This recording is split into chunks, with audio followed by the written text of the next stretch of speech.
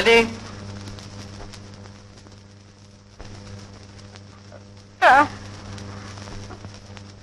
നിന്നോട് വീട്ടിൽ പോകാൻ പറഞ്ഞിട്ടേ പോവാഞ്ഞത്? പടിയിറങ്ങുമ്പോ വഴുതി വീണു, കാലുളിക്ക് നടക്കാൻ വയ്യ.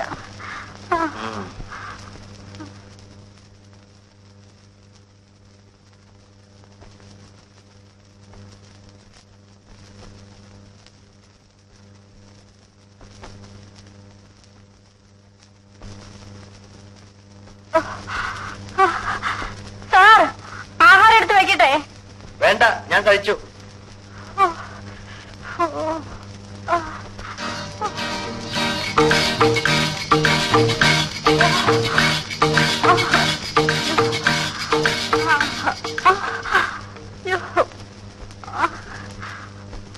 വേദന കൂടുതലുണ്ടോ?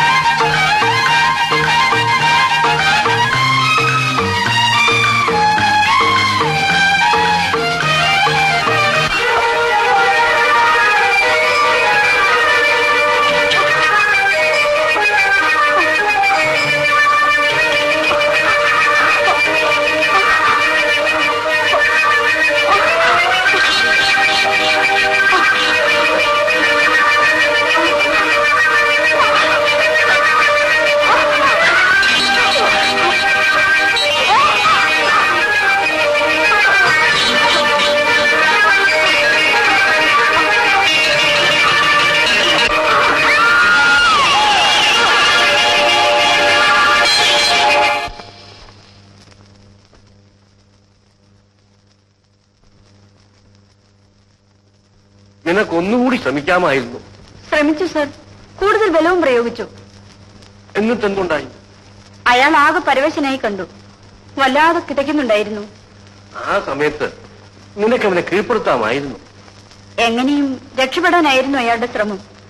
കൂടുതൽ ബലം പ്രയോഗിച്ചപ്പോൾ ആ കണ്ണ് രണ്ടും പുറത്തേക്ക് തള്ളി വന്നു. അത് കണ്ടപ്പോൾ ഭയന്നുപോയി. എങ്കിലും ഞാൻ പിടിവിട്ടില്ല. അപ്പോഴേക്കും ഇത് സംഭവിച്ചു. അതിനുശേഷം മാസവിള പോയി.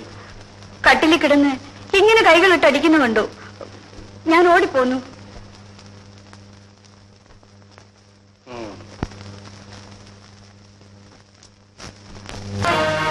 രോഗമുണ്ടെങ്കിൽ ചികിത്സിക്കണമെന്ന് മധു തന്നെ ഒരിക്കൽ പറഞ്ഞിട്ടുള്ളത് ഓർക്കുന്നില്ലേ?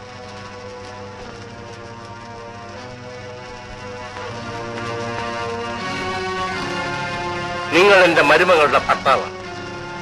ആ അധികാരം വെച്ചുകൊണ്ടാണ് സംസാരിക്കുന്നത്. സൗദാമിനിയും നിങ്ങളും ഭാര്യാഭർത്താക്കന്മാരായിട്ടാണോ ജീവിക്കുന്നത്?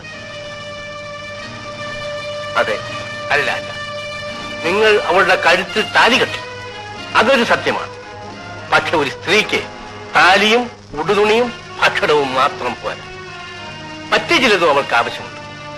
Sex is N integral part of marriage. You understand? പറയൂ, നിങ്ങൾക്ക് എന്ത് സംഭവിച്ചു?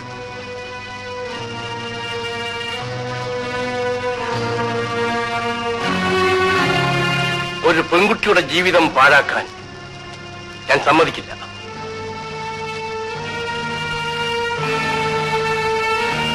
ഇനി നിങ്ങളോട് ജീവിക്കുന്നതിൽ ഒരർത്ഥവുമില്ല. കാരണം എനിക്ക് അറിഞ്ഞുകൂടാ. ഒരു പുരുഷനെ പോലെ ജീവിക്കാൻ എനിക്ക് സാധിക്കുന്നില്ല. Look at me please. Tell me frankly, എന്താണ് നിങ്ങൾക്കുള്ള ബുദ്ധിമുട്ട്? മിനിയുമായി ബന്ധപ്പെടണമെന്നുള്ള ഘട്ടം വരുമ്പോൾ എനിക്ക് സ്വബോധം നശിക്കുന്നു, ദേഹം വിറയ്ക്കുന്നു. ഇത്തരം കാര്യങ്ങൾ ഒരിക്കലും ഒളിച്ചു വയ്ക്കരുത്. അത് സ്വന്തം ജീവിതം മാത്രമല്ല, മറ്റു പലരുടെയും ജീവിതം താറുമാറാക്കും. നാം മറ്റു രോഗങ്ങൾക്ക് ചികിത്സിക്കുന്നില്ലേ, അതുപോലെ ഈ രോഗവും ചികിത്സിക്കേണ്ടതാണ്. പക്ഷേ പൊതുവെ ആളുകൾ സെക്സിനെ സംബന്ധിക്കുന്ന രോഗം വല്ലതും വരുമ്പോൾ അത് മൂടി വയ്ക്കും. അത് തെറ്റാണ്. You are N educated man. Come on, നിങ്ങൾക്ക് എന്തു പറ്റിയെന്ന് എനിക്കറിയാം. നിങ്ങളുടെ ഈ രോഗം മാറ്റിയെടുക്കേണ്ടത് മറ്റാരെയുംകാൾ കൂടുതൽ ആവശ്യം എന്റേതാണ്. വരൂ.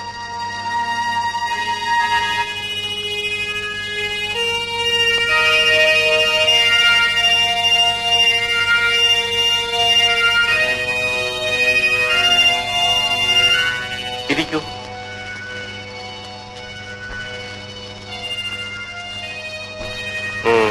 മിക്സർ സ്കൂളിലാണോ പഠിച്ചത്? അല്ല, ബോയ്സ് സ്കൂളിൽ. കോളേജിലോ? കോളേജിൽ പെൺകുട്ടികളുണ്ടായിരുന്നു.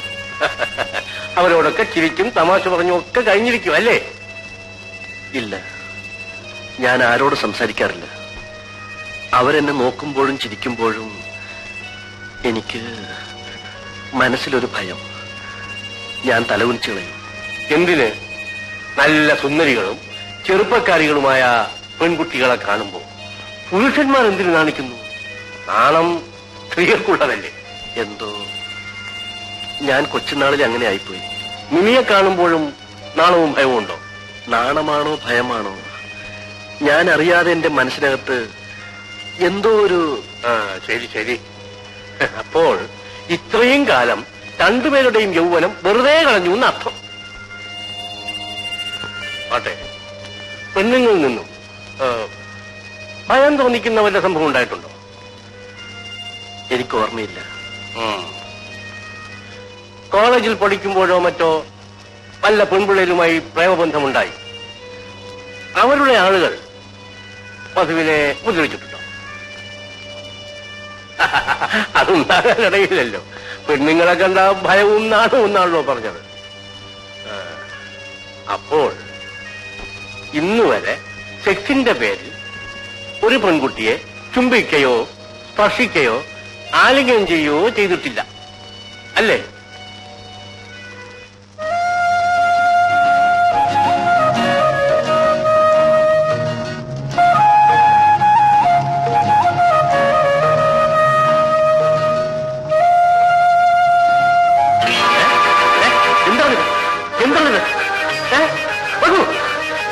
എന്തിനു പറയുന്നു? എന്തിന് ഭയപ്പെടുന്നു? മധു, ഇവിടെ എന്തുണ്ടായി? എന്ത് സംഭവിച്ചെന്ന് പറയൂ. മധു, എന്തുണ്ടായി പറയൂ. എന്തിനു പറയുന്നു? മധു, മധു, മധു, എന്റെ മുഖത്ത് നോക്കൂ.